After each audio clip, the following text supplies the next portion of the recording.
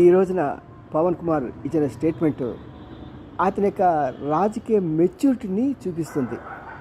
కారణం ఏంటంటే, మరి జనసేనను సంప్రదించకుండా చంద్రబాబు ఒక ఇద్దరు క్యాండిడేట్ని ప్రకటించేశాడు. ప్రత్యేకంగా మండపేట గతంలో 17% ఓట్లు వచ్చింది, ఇంకో 10% ఈ మధ్యకాలం పెరిగింది. 28% పెరిగిన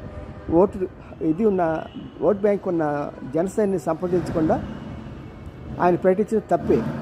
అయినా సరే, ఎందుకంటే పార్టీలో మండపేట నుంచి కార్యకర్తలంతా కూడా ఈయన కలవడానికి వెళ్ళి వాళ్ళు చాలా బాధ వ్యక్తం వచ్చినప్పుడు తను చెప్పింది ఏంటంటే 3 రకాల పాయింట్ల మీద చాలా జాగ్రత్తగా చెప్పగలిగాడు.